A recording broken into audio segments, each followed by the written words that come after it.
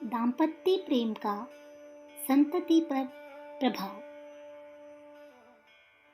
पति पत्नी के आपसी घनिष्ठ एवं सच्चे प्रेम का बहुत ही गंभीर प्रभाव बालकों के स्वास्थ्य, वर्ण एवं संस्कारों पर होता है। जो स्त्री पुरुष हृदय से एक दूसरे को प्रेम करते हैं और एक दूसरे की सुविधाओं का ध्यान रखते हैं, उनके अंतःकरण आपस में पूरी तरह मिल जाते हैं। जिस प्रकार उत्तम खाद और उत्तम पानी के मिलने से सुंदर हरे भरे पौधे उगते हैं और उनकी भीतरी बाहरी सुंदरता देखने ही योग्य होती है, उसी प्रकार पति और पत्नी का निष्कपट प्रेम संबंध होने पर बालक का शरीर और मन परिपुष्ट हो जाता है।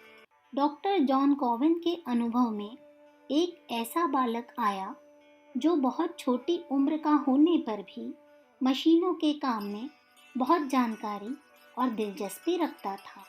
उन्होंने उसके पिता से पूछकर मालूम किया कि जिन दिनों वह बालक अपनी माता के पेट में था, तब उसका पिता इंजीनियरिंग संबंधी एक कार्य में बड़ी तत्परता से लगा हुआ था।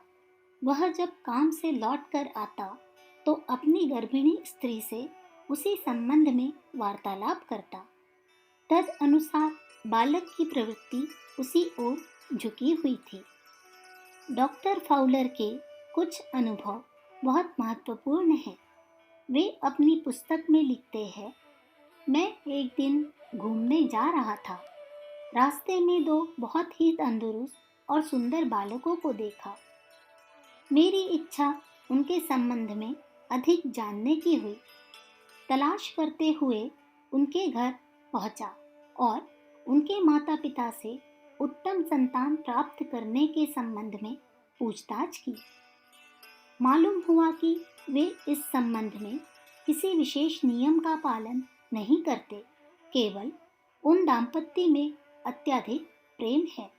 दोनों ने आपस में कभी किसी को कटु शब्द नहीं कहा और न कोई किसी से नाराज हुआ। इसी गुण के कारण उन्हें उत्तम संतानें प्राप्त हुई। इन्हीं डॉक्टर साहब के इलाज में एक ऐसा लड़का आया जो बहुत कमज़ोर और बुद्धिहीन था। उसकी माता यद्यपि बहुत तंदुरुस्त थी, फिर भी ऐसी संतान क्यों उत्पन्न हुई, इससे डॉक्टर साहब को आश्चर्य हुआ। उन्होंने उस स्त्री से पूछताछ की तो मालूम हुआ कि दाम्पत्य प्रेम के अभाव के कारण ऐसी संतान हुई। इस स्त्री के साथ उसके पति की सदा अनबन बनी रहती थी। इसी तरह की एक और कन्या को उन्होंने देखा जो बड़ी ही डरपोक और रोनी सूरत की थी। जवान होने पर भी उसे सांसारिक कार्य की ओर बिल्कुल रुचि न थी। सदा एकांत में रहती और बाइबल पढ़ा करती। कोई जरा भी कुछ कह देता तो आंसू नाक पर आ जाते। पूछने पर उसकी माता ने बताया कि जब यह लड़की गर्भ में थी तो उसका पिता सदा उससे झगड़ता और रुलाता रहता था।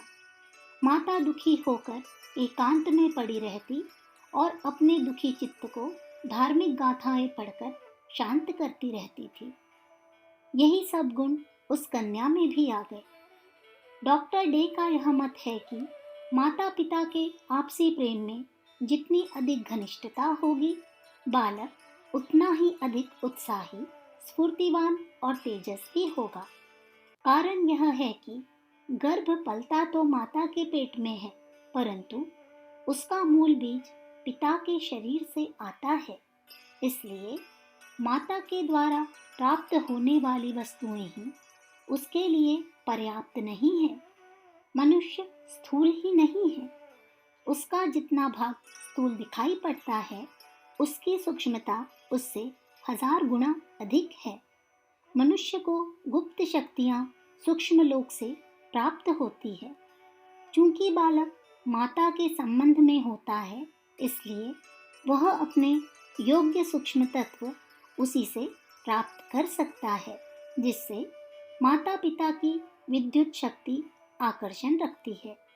यूं तो माता के पास अन्य स्त्री पुरुष भी रहते हैं, परंतु आकर्षण केवल आंतरिक प्रेम के द्वारा ही होता है।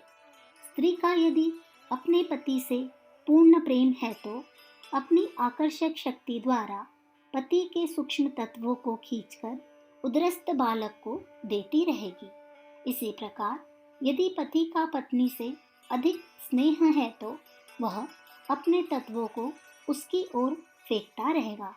इस प्रकार के सूक्ष्म आकर्षण द्वारा बालक उन शारीरिक और मानसिक वस्तुओं को प्राप्त कर लेता है जिसकी उसे आवश्यकता है।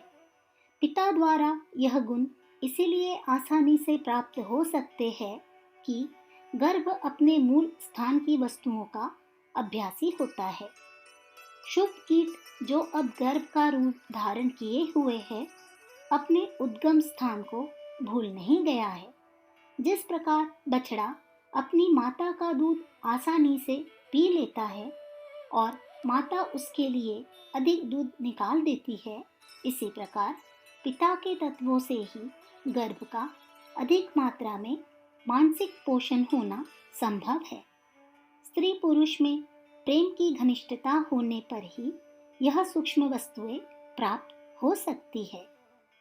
यदि ऐसा न हो और इसके विपरीत दंपत्ति में अनबन या उदासीनता रहती हो तो गर्भ का पूरा पोषण नहीं हो पाता और जिस प्रकार भोजन मिलने पर पानी न मिलना या पानी मिलने पर भोजन न मिलने से अपूर्णता रहती है, पेट नहीं भरता और संतोष नहीं होता, उसी प्रकार पिता के तत्वों के अभाव में बालक का शारीरिक और मानसिक संगठन अपूर्ण रह जाता है।